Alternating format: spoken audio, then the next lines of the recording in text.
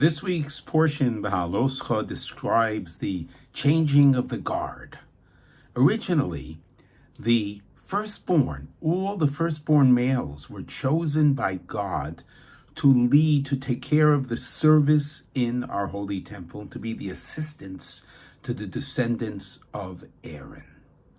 The reason that the firstborn were designated is because God spared the firstborn during the 10th plague in Egypt.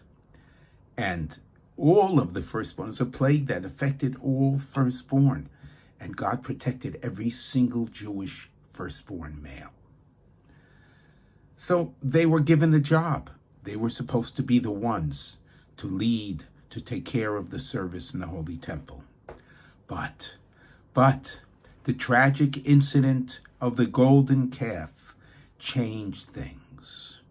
The only group of people in the Jewish people that were totally intact, there was no one from that group that worshipped idols, that was the Levium, the Levites.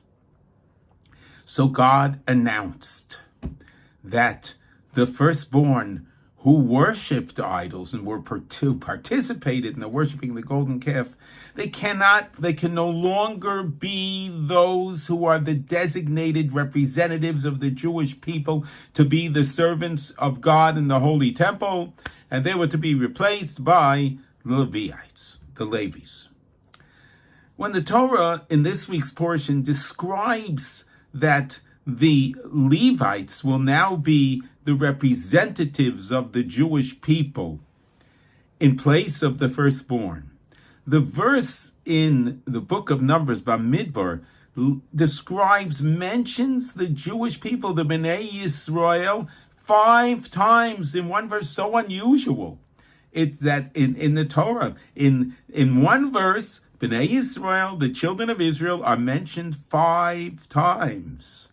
And the great commentary Rashi quotes the Medrash that the reason why the Jewish people are mentioned 5 times is to show God's love for the Jewish people. Because how many books are there in the Torah? There are 5 books in the Torah. And the Jewish people are compared to God's 5 books of the Torah. And God is displaying his love. The Maskila David, the great commentary on Rashi, points out, why now? Why is God describing his love for the Jewish people now in this beautiful way, mentioning them in one verse 5 times, comparing them to the 5 books of the Torah? Why now?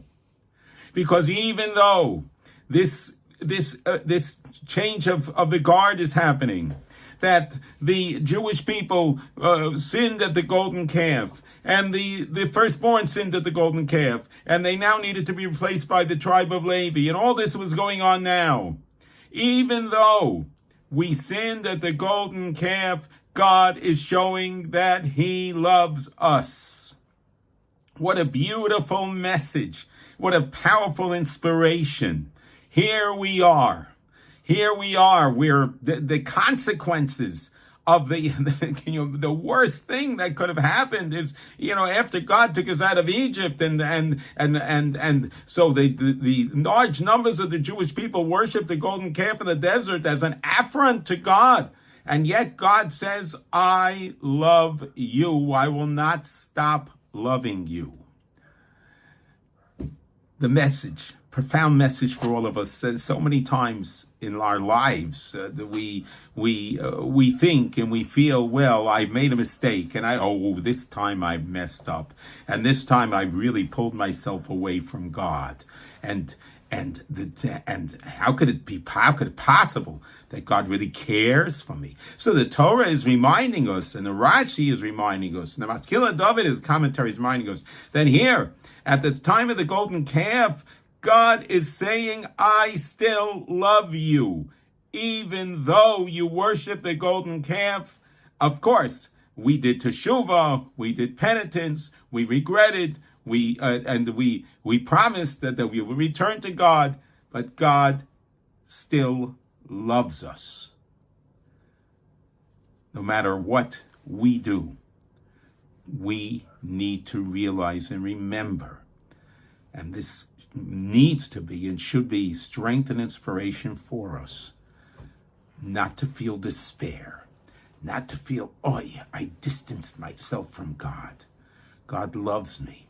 As King David says, God loves us even more than a parent loves his children, even more than a mother loves her children.